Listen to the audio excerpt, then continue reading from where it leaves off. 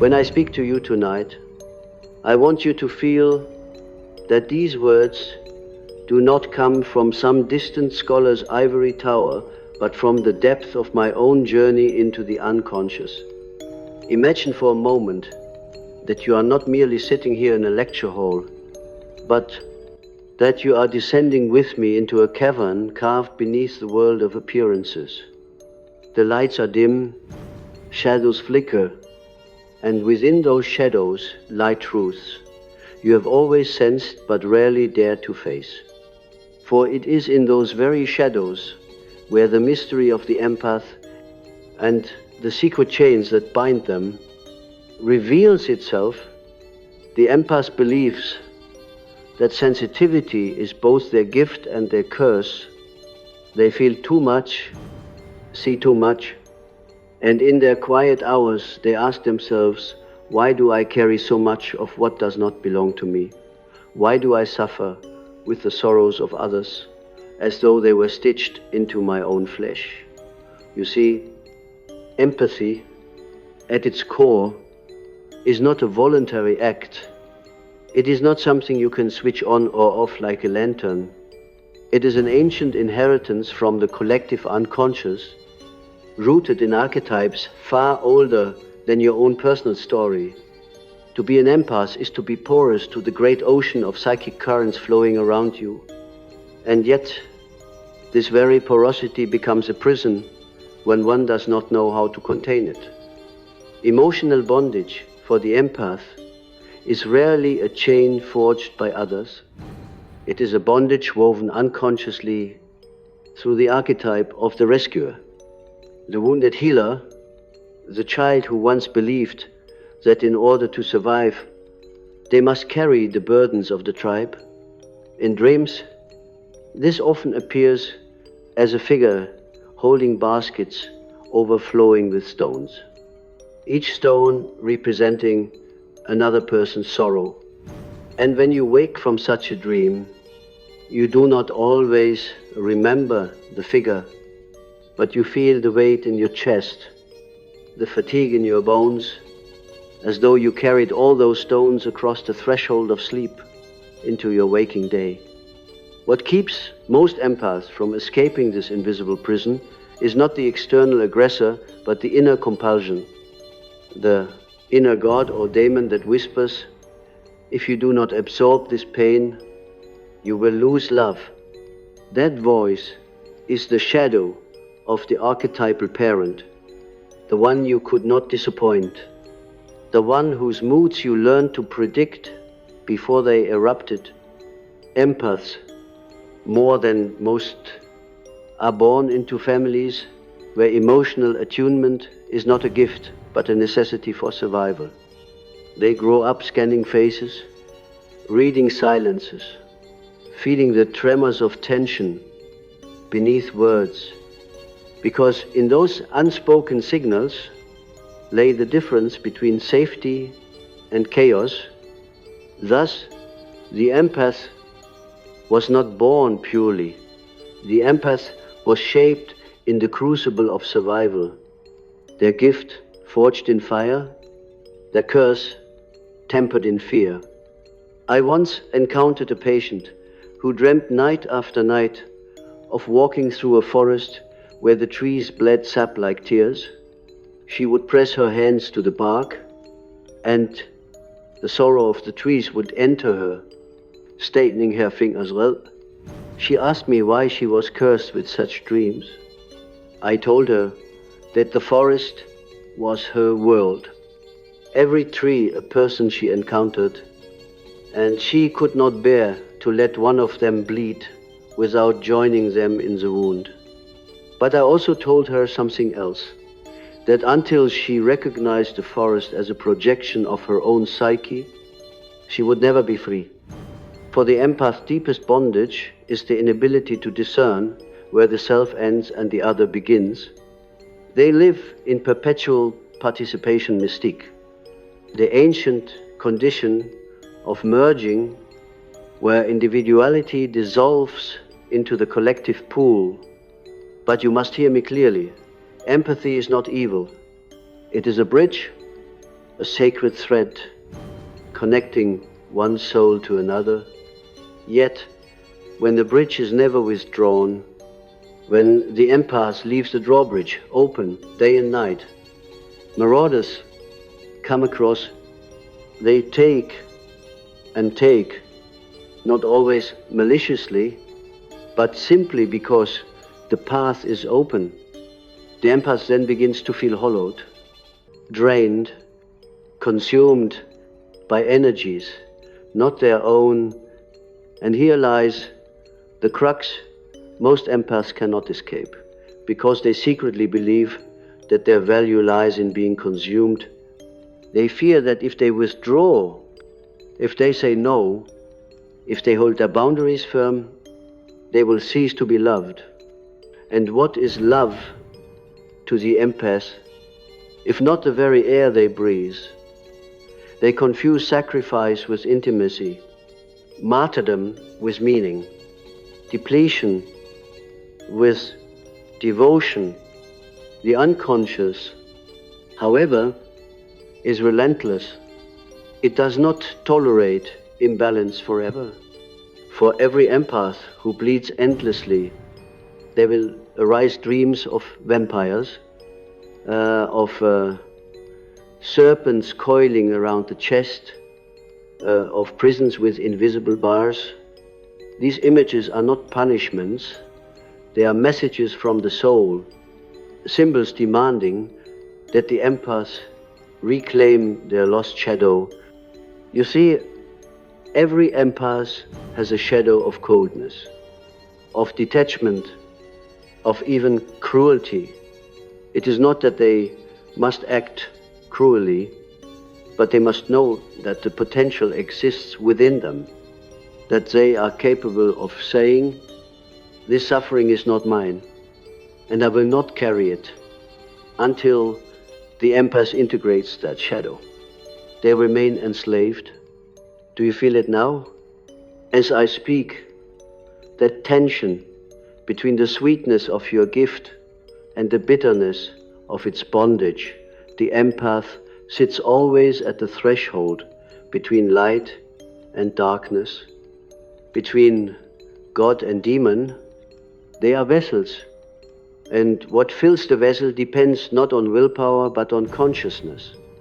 Without awareness, they are filled by every passing current.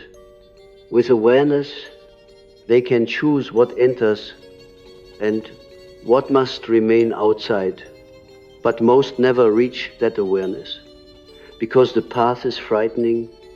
To individuate, to step out of emotional bondage, is to risk losing the very identity that has defined them since childhood. Who are you if you are not the healer, the listener, the one who absorbs pain like a sponge? Who are you if you do not feel for everyone else? This is why the empath clings to their chains. The chains are familiar, and the unfamiliar feels like death. Yet, paradoxically, it is only through this symbolic death that rebirth comes. Imagine for a moment that you are standing before a mirror. In it, you see not just your reflection, but the faces of all those you have ever carried: parents, lovers, friends, strangers. Their eyes peer back from within your own. Their voices whisper through your thoughts. Now, imagine shattering that mirror. The sound frightens you. The shards cut. But suddenly, you are left only with your own face, raw and alone. That is the terror of the empath's liberation. The terror of finally meeting oneself without the chorus of borrowed sorrows. This is where most turn back. They cannot bear the solitude. They cannot bear to confront the possibility that their gift has also been their avoidance of self. For if I carry your pain, I do not have to face my own. If I drown in your tears, I do not have to listen to the silence of my own emptiness. Thus, emotional bondage is not only imposed, it is chosen unconsciously as a shield against the deeper abyss. And yet, I tell you, the abyss is not to be feared. Within it lies the self, the totality that transcends both the empath and the narcissist, both giver and taker, both shadow and light. The abyss is the womb of transformation. To step into it is to risk everything you think you are, but it is also to discover what you truly are.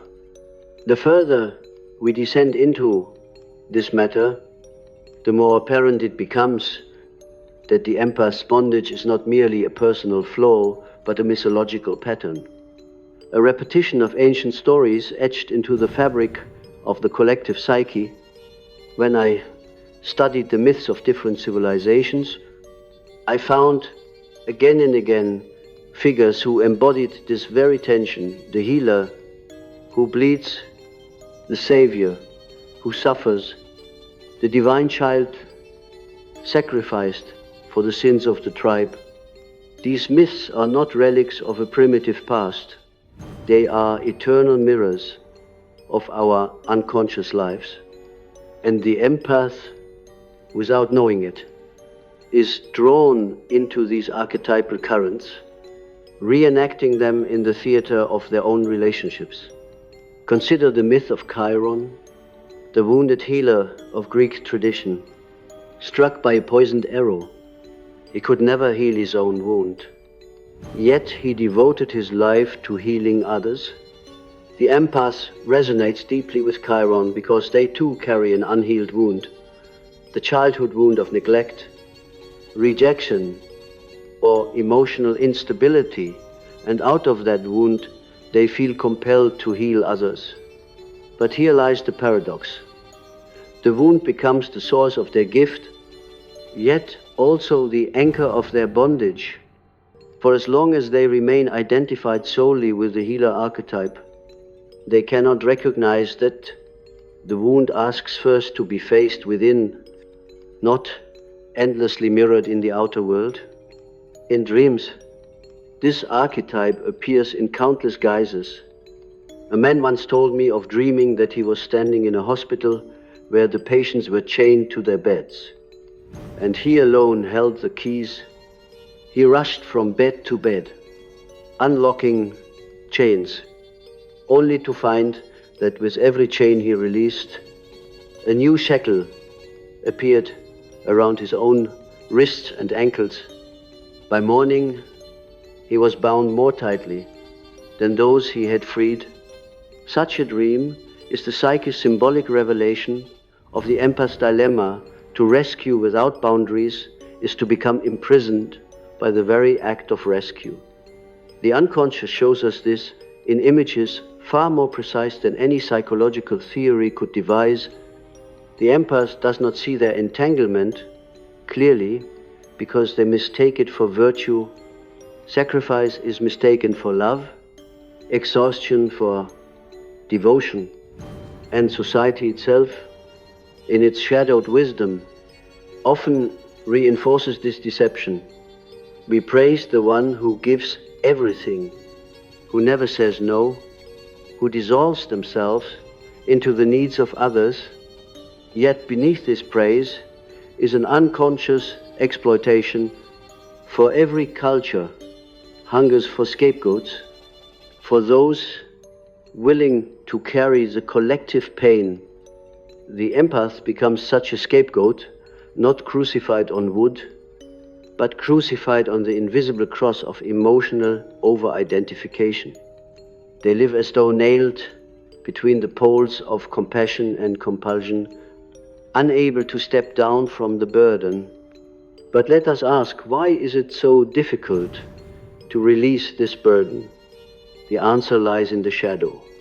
The empath's shadow is the archetype. They fear most the destroyer, the one who says no, the one who dares to disappoint, to withdraw, to refuse. To the empaths, Such a figure feels monstrous, as though to embody even a fragment of that archetype would make them unlovable, abandoned, outcast, and so they repress it, pushing it deep into the unconscious, where it festers as resentment, fatigue, bitterness. They present to the world a smiling face, but within they harbor unspoken rage at how much they have given without return. And when that rage bursts forth, it shocks them as though another personality had seized control. But it is not another, it is their shadow, demanding recognition. One must never forget that the unconscious is not merely personal. It is a great reservoir of collective forces. When the empath represses the shadow of refusal, that shadow does not simply vanish, it slips beneath awareness, entering relationships as passive aggression, illness, or self-sabotage. I have seen countless empaths who fall ill not because their bodies betrayed them, but because their bodies carried a protest their voices could not utter. The flu that never ends, the exhaustion that no rest can cure, the chronic pain with no medical explanation, these are often the unconscious body's way of saying, enough, no more carrying what is not yours. The body itself becomes the last fortress of the shadow, and if the psyche does not listen, the body speaks louder. To break free then is not a matter of learning to give less love, but of learning to embrace the fullness of the self, including the darkness one has denied. This is the true work of individuation, to recognize that within you exists not only the healer, but also the destroyer, not only the rescuer, but also the one who walks away, until the empath can look into the eyes of that inner destroyer and say, you are mine too. They remain chained, for it is only by uniting opposites that wholeness emerges. Without the union, the empath remains split, forever overcompensating, forever drained. But the path towards such integration is treacherous. It requires entering into dreams and fantasies that frighten, confronting images that seem blasphemous to the conscious ego. One woman I worked with dreamt of strangling her crying infant with her own hands. She awoke horrified, convinced she was a monster. But when we explored the dream, it became clear that the infant symbolized the endless demands of others that she had internalized, demands that suffocated her spirit. Her unconscious presented her with a violent image, not to condemn her, but to reveal the repressed need to silence those demands.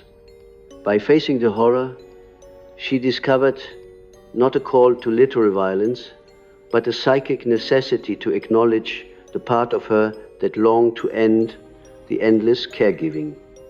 This is the shadow at work, terrifying at first glance, but ultimately liberating when understood symbolically.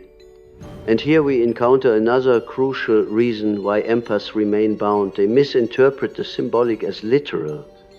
They believe that if they feel rage, it makes them cruel.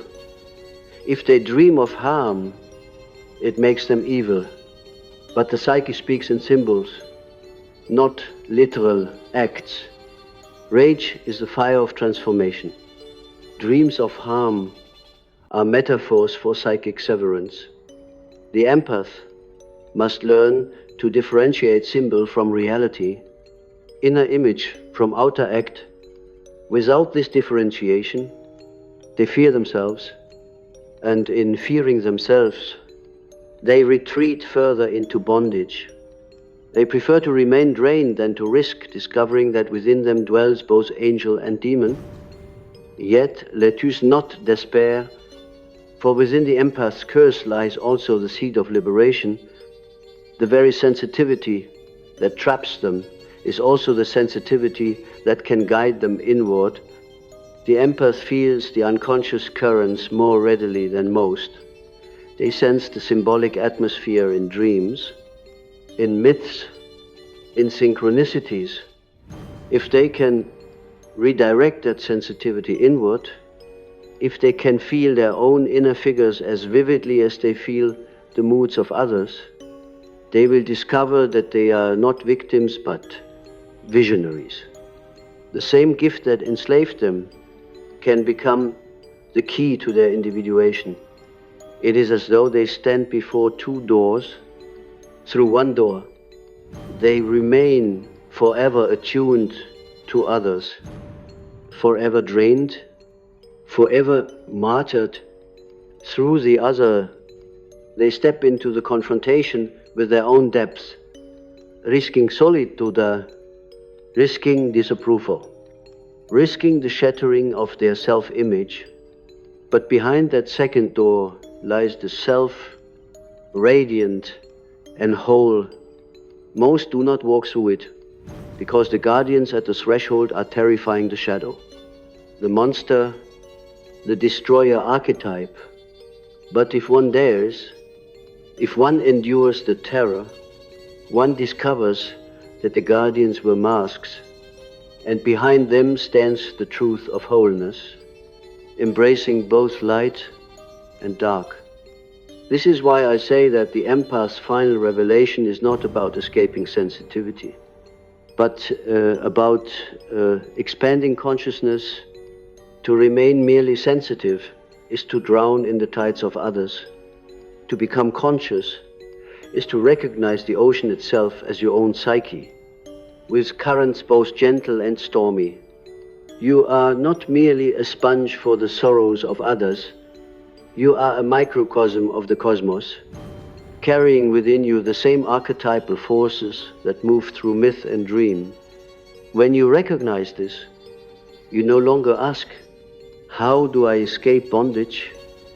But instead, how do I become whole? For it is wholeness, not escape, that liberates. Now let me draw you into an image. Imagine again that cavern we entered at the beginning, dim and full of shadows. But now, in the center, you see a figure chained to a rock, much like Prometheus who brought fire to humankind.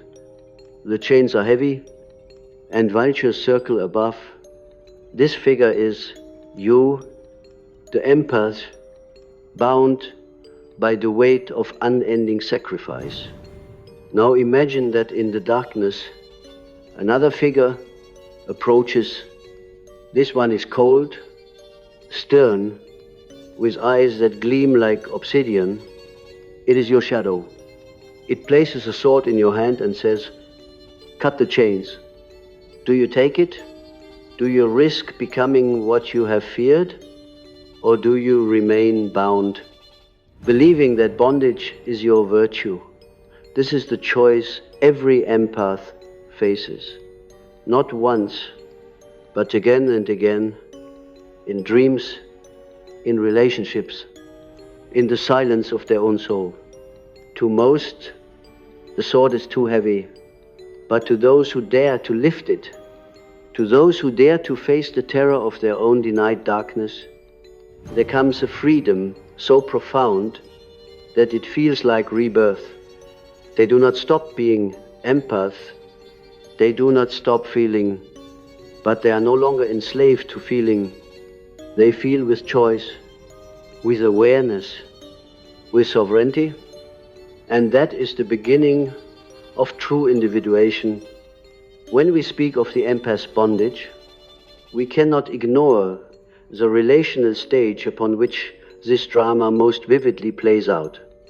For it is in relationships that the unconscious reveals its greatest tricks, binding souls together, in patterns that echo myth itself. And again, we see the empath drawn to those who embody the opposite pole, the narcissist, the manipulator, the one who consumes rather than gives. This pairing is no accident, no mere coincidence of fate. It is archetypal, born from the polarity of psychic forces, the empath overflowing with sensitivity, yearns for unity, for connection, for dissolution into another. The narcissist, hollow within, yearns to be filled, to be reflected endlessly, to consume the energy of others. Thus, they are drawn together like magnets, one desperate to give, the other desperate to take. But beneath this dance lies a deeper truth. Each is a mirror for the other's shadow. The empaths cannot see their own hidden hunger for recognition, so they project it onto the narcissist. The narcissist cannot see their own buried vulnerability, so they draw it out of the empath. What results is a relationship that feels both intoxicating and poisonous, both fated and destructive. Do not think of this as mere pathology. It is a psychic alchemy, though one that burns more than it heals if left unconscious. In dreams, this often appears as a marriage between a luminous figure and a dark one, or as a banquet where one guest eats endlessly while the other starves. The dream does not condemn, but reveals here is the archetypal union of opposites enacted in your own life. And until you awaken to its symbolic meaning, you will remain bound, repeating the pattern with one partner after another, as though compelled by unseen hands. You must understand, the narcissist is not merely an external figure. They are also an inner figure, a part of your own psyche that demands recognition. For every empath contains a seed of narcissism, the longing to be seen, to be adored, to be the center of another's world. This longing is often denied, repressed, hidden beneath the mask of selfless giving. But the unconscious will not tolerate such denial forever. It draws into your life the external narcissist as a mirror, forcing you to confront the inner one. Thus, your bondage is not only to the other person, but to the unacknowledged figure within yourself. A woman once told me of a recurring dream in which she served a king at the great table. She brought him food, wine, gifts, but he never looked at her, never spoke her name.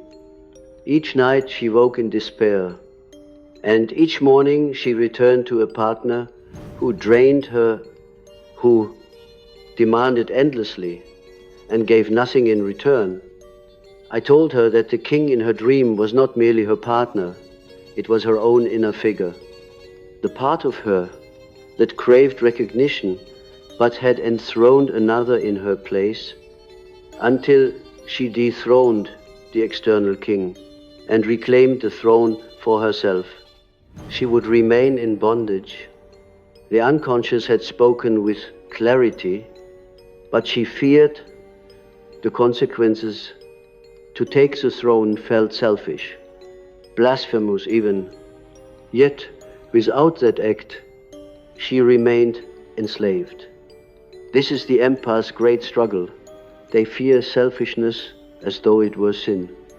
They believe that to turn inward, to choose themselves, to demand reciprocity, is to betray their very nature. But this belief is the chain that binds them, for true love is not the obliteration of the self, it is the meeting of two whole selves, each standing firm in their own center. Without that wholeness, love becomes possession, sacrifice becomes servitude, and empathy becomes exploitation. The empath cannot escape emotional bondage until they recognize that choosing themselves is not selfishness, but individuation. It is the necessary act of drawing their soul back from the altar of others. But the difficulty lies in the unconscious identification with the archetype of savior. Empaths do not merely love others, they unconsciously seek to save them. They are haunted by the figure of the wounded parent, the broken lover, the suffering friend, and in saving that figure, they believe they will heal their own wound. But the truth is otherwise. In trying to save the outer figure, they avoid facing the inner wound. The more they try to heal others, the further they run from their own abyss. Thus, they remain bound, trapped in an endless cycle of external healing that never touches the root within. I recall a patient who dreamed of descending into a basement where she found a child locked in a cage. The child cried out, but she turned away, rushing upstairs to comfort a stranger who had entered her house. For years she gave her energy to rescuing others, never noticing that her dream had revealed the true figure in need of rescue, the inner child, abandoned in the shadows of her own psyche. Until she turned back, until she faced that caged child and released her, she remained bound in futile rescues of others. This is the essence of the empath's final revelation. The one you most need to save is yourself. Now, let us consider the myth of Persephone.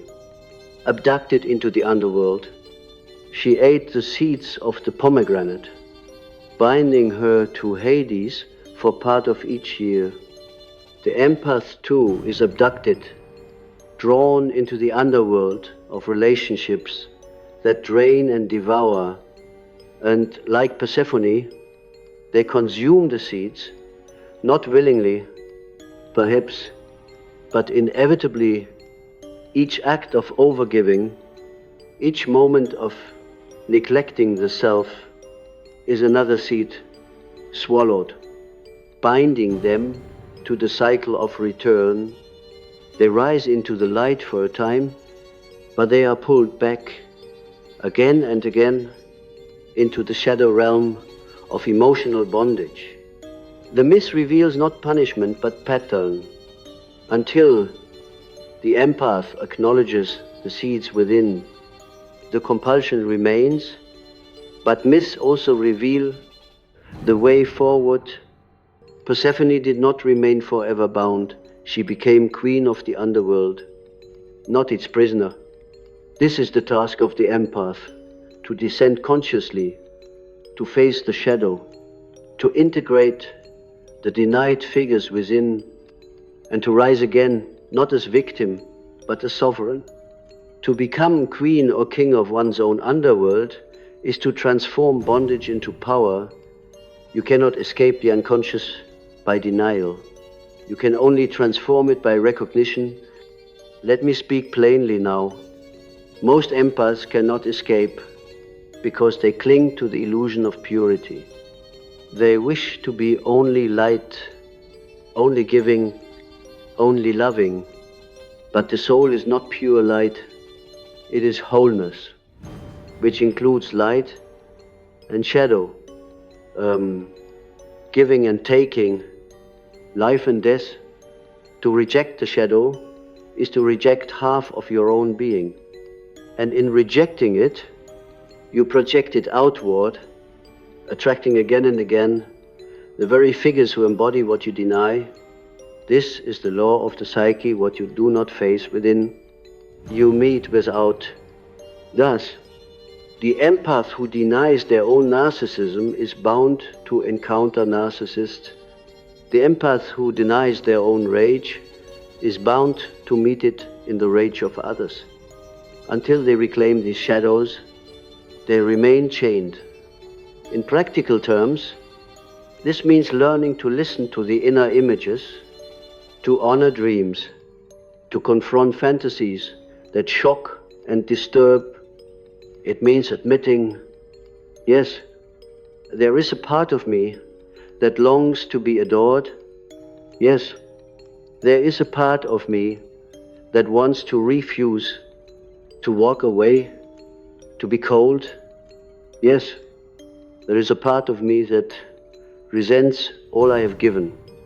These admissions do not make you cruel or selfish. They make you whole. And wholeness is the only liberation. Without it, you may leave one relationship only to find yourself in another, bound by the same invisible chains. With it, you transform not only your relationships, but your entire way of being. Imagine again the cavern. This time, you see before you two figures, one radiant with compassion, the other dark with hunger. Both are you. They stand apart, locked in opposition, each denying the other. Now imagine stepping between them, taking one hand in each of yours and drawing them together until they merge into a single figure, your true self, luminous and shadowed, strong and tender. That is the act of individuation. That is the cutting of chains. And that is why most empaths cannot escape, for they fear this union more than bondage. Yet it is only through union that freedom comes. The final revelation, then, is not that you must cease to be empathic, nor that you must destroy your gift. The revelation is that your gift becomes bondage only when it is incomplete.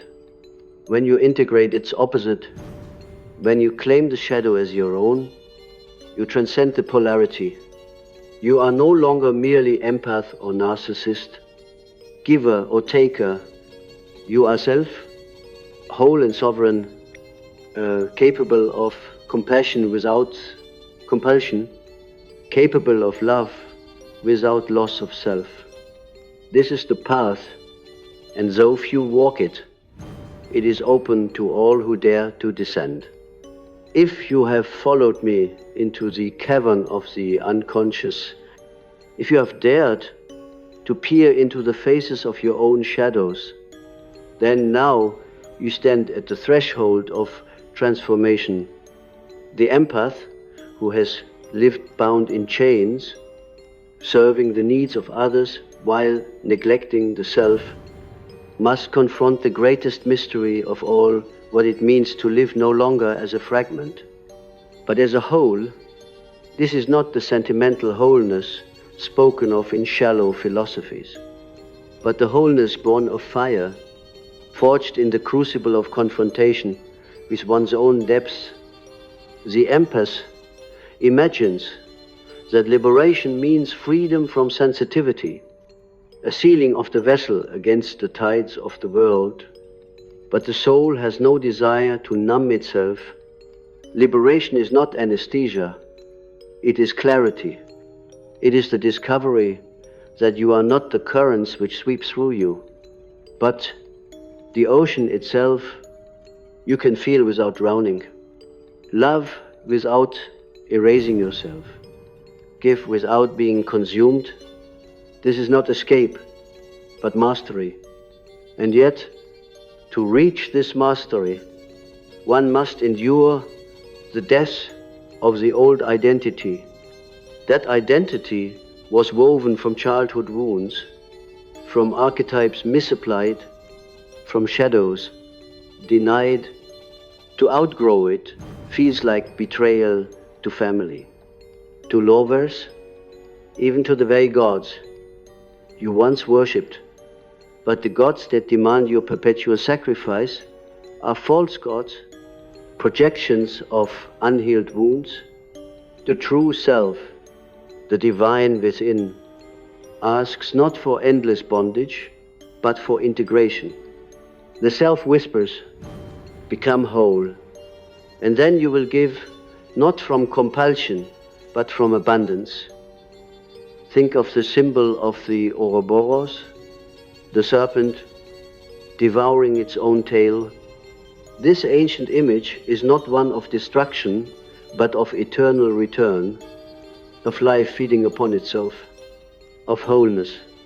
For the empath, the Ouroboros is a reminder that what you give must also return, that the circle of energy must close. When you give without receiving, when you pour yourself endlessly outward, you break the circle and the energy leaks into the void. The serpent dies of hunger. To restore the circle, you must allow yourself to receive, to nourish yourself, to recognize that your own soul is worthy of the same compassion you so readily extend to others.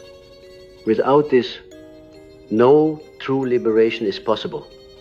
Now imagine another dream, one I have heard in countless variations. A person dreams of standing before a great feast. The table is laden with food, yet they serve every plate to others and sit down with nothing for themselves. Night after night, the dream repeats until one evening they finally dare to place a morsel upon their own plate. At first, guilt seizes them, but then a strange transformation occurs. The food does not diminish. It multiplies. The feast grows larger, richer, more abundant than before. This is the paradox of the empath's path. When you feed yourself, you do not deprive others. You expand the table for all, but until you risk the guilt of serving yourself, you will never know the abundance that waits. This risk is what most cannot endure. They remain shackled, not because the chains are unbreakable, but because they fear who they might become without them. If I stop rescuing, will I become cold? If I stop carrying others, will I become cruel? If I stop absorbing pain, will I be empty? These questions haunt the empath like ghosts. But ghosts are not truths.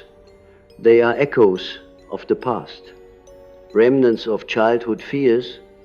The true self is not cold, nor cruel, nor empty. The true self is radiant, balanced, to whole. It contains warmth and firmness, compassion and clarity, love and boundaries.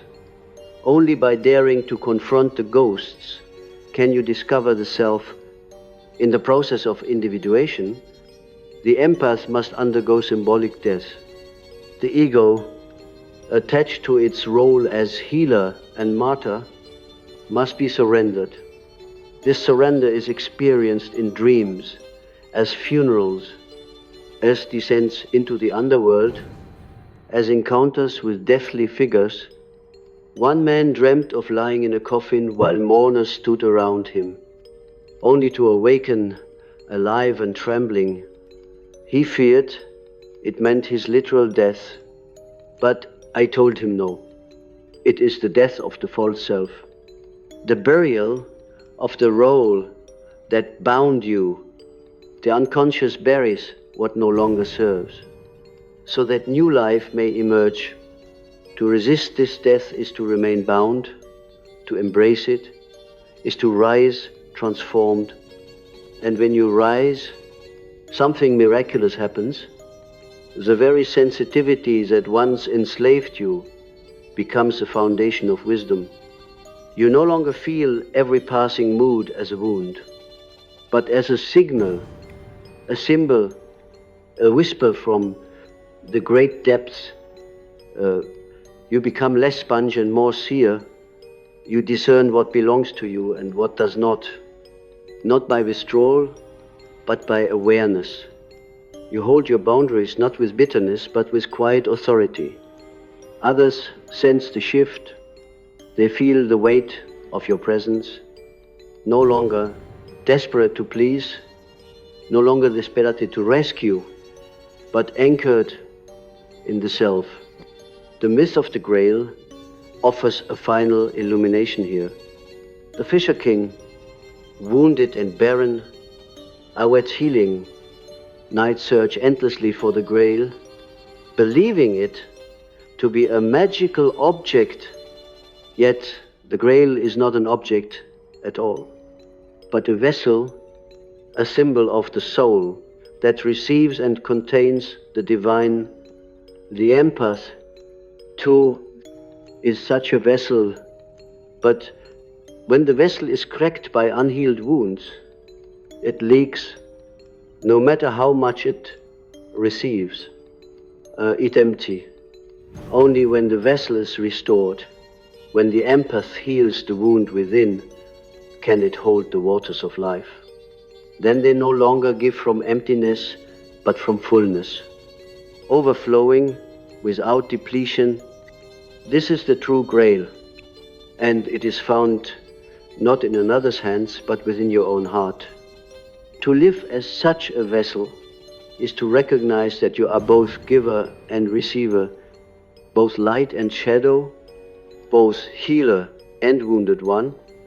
You do not escape empathy, you embody it differently. You feel without being devoured. You love without losing yourself.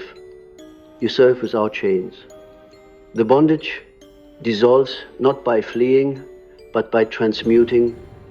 This is the alchemy of the soul, lead into gold, wound into gift, bondage into sovereignty. And sovereignty is the final word.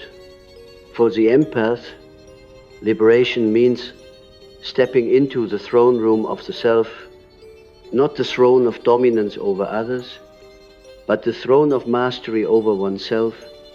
You are no longer subject to every current of emotion, no longer enslaved by the needs of those around you. You are king or queen of your own inner kingdom, ruling with both compassion and strength. This sovereignty does not isolate you. It frees you to love more deeply, because you no longer fear being consumed. It frees you to give more authentically, because you no longer give to earn love, but because you are already whole. Most empaths do not reach this throne because they stop at the gates. Trembling at the shadows, they turn back into familiar chains, into the identity that once kept them safe. But those who dare to pass through, those who face their own darkness and embrace it, discover a freedom so profound that no external bondage can touch them again. They may still encounter narcissists, manipulators, and demands, but they are no longer bound by them. They see them for what they are: mirrors, teachers, archetypal figures, and they respond not with compulsion but with choice. This is individuation. This is wholeness. This is liberation. So I say to you now, your chains are not forged of steel, but of illusion. They are woven of shadows. You have fear to face, of wounds. You have fear to heal, of identities. You have feared to outgrow. If you dare to confront them, if you dare to descend, if you dare to integrate, the chains will fall away, and you will stand not as victim, not as martyr, but as self-whole, so verein and free. And when you live from that place, your empathy does not vanish. It deepens, but it is no longer bondage. It is grace. It is the quiet radiance of one who has walked through the fire, descended into the abyss, and returned with the Grail. It is the love of one who has faced their own shadows, and therefore can hold the shadows of others without being consumed. It is the compassion of one who knows that wholeness, not sacrifice, is the true gift we give the world. This, then, is the final revelation. You cannot escape emotional bondage by fleeing it, nor by clinging to the false purity of endless giving. You escape by becoming whole, by integrating the denied parts of yourself, by claiming the sovereignty of the self. Few will dare it, for the path is dark and the shadows fearsome. But those who do, those who dare to descend and return, become not merely empaths, but souls awake to the totality of their being. And in that awakening, the chains fall and the soul walks free,